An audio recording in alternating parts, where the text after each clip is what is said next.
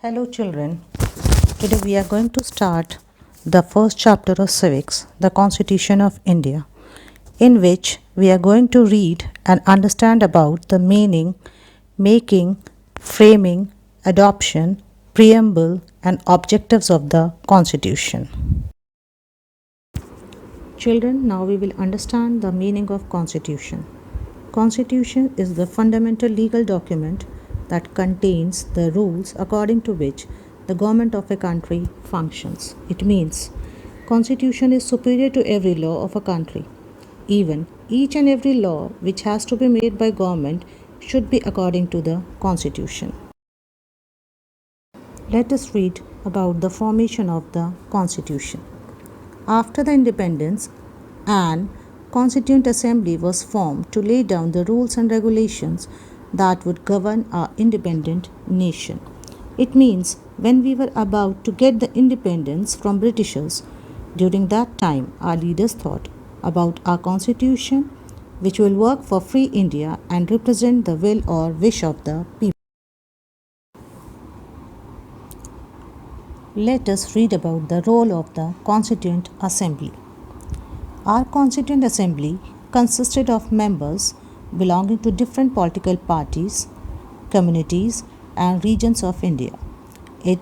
Some of the prominent members were Pandit Jawaharlal Nehru, Sardar Vallabhbhai Patel, Dr. Rajendra Prasad, Dr. B.R. Ambedkar, and many more. And this Constituent Assembly or group has the power that they can change or cancel any of the law which has been made earlier by the British Parliament. Children, now we will read and understand about the formation of our Constitution. The Constituent Assembly appointed a number of committees to deal with the different aspects of the Constitution, as well as a drafting committee of 6 members under the chairmanship of Dr. Ambedkar has been formed. The work or the main purpose of this drafting committee was to examine the draft of the Constitution of India. Children, do you know the Constitution of India has been inspired by near about the Constitution of 60 countries, among which the USA, UK, Ireland are main. Let us read about the adoption of the Constitution. The Constitution of India was formally adopted by the Constituent Assembly on 26th of November 1949 and came into force on 26th of January 1950, which is celebrated as Republic Day of India. Do you know, children, our Constitution was framed in 2 years, 11 months and 18 days at a total expenditure of rupees 6.4 billion. Now, we are going to read about the preamble of the Constitution. The preamble is an introduction to the Constitution. It contains the ideals and basic principles that the framers of our Constitution wanted to achieve. It means if anyone want to know what does Constitution includes in it, then with the help of preamble we can know in brief at a glance. The preamble to our Constitution also expresses the nature, ideals and objectives of the state. Children, now we are going to read and understand about the basic elements of the preamble or what are the main characteristics of the preamble. The first one is sovereign. The Republic of India is sovereign because it could make or unmake any decision with respect to itself without any interference from outside. It means India is free to take its decision regarding its national and international matters. Children, the second element is socialist. It means free from all forms of exploitation. It also means people in India are free from any type of exploitation and all are considered equal socially, economically and politically. Now we read about the third element, that is secular. Under a secular state, all citizens are to be treated alike and not discriminated against on account of their religion.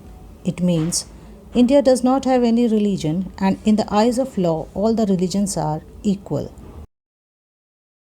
Now, we read about the fourth element, that is democratic. All the people are equal in the eyes of law, and there will be no discrimination on the basis of religion, caste, creed, color, or sex. It means all the people, those who are 18 years and above, have the right to vote and choose their representatives. The last element which we are going to read is republic. Republic is a state in which supreme power is held by the people and their elected representatives. It means in this government, the government gets its power from people through elections. It has an elected head instead of king or queen. Let us now read about the objectives of the Constitution, or the aims which the Constitution wants to fulfill. The first objective is justice.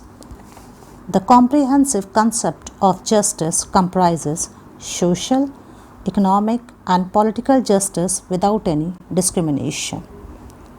It means the citizens are considered equal in the eyes of law, and the state will promote the welfare of the people.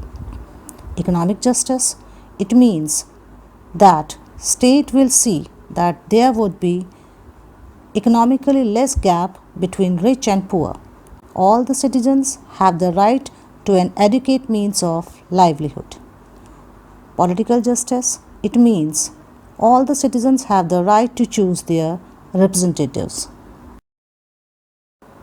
The second objective which we are going to read, that is liberty.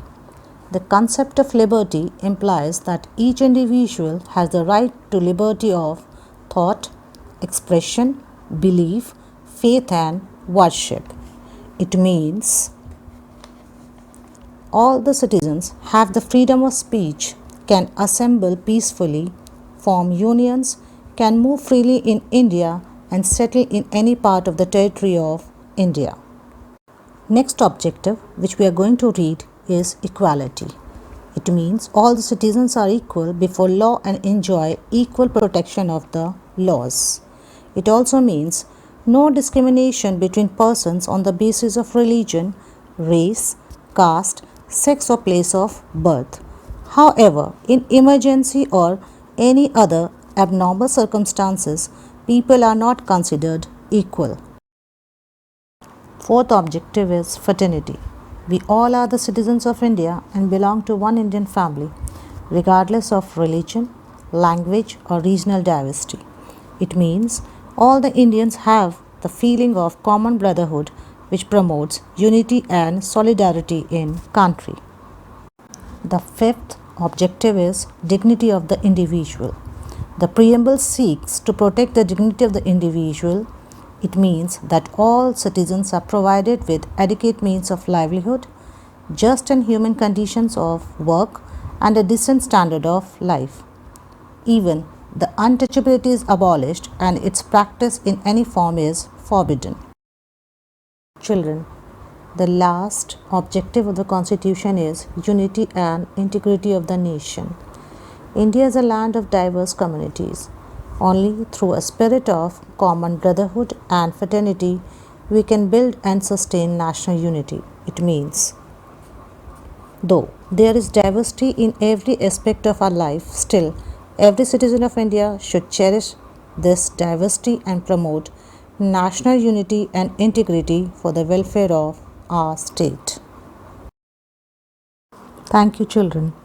Now you read the chapter with the help of this PPT and try to solve the exercises given at the back of the chapter and do the worksheet in your classwork copy.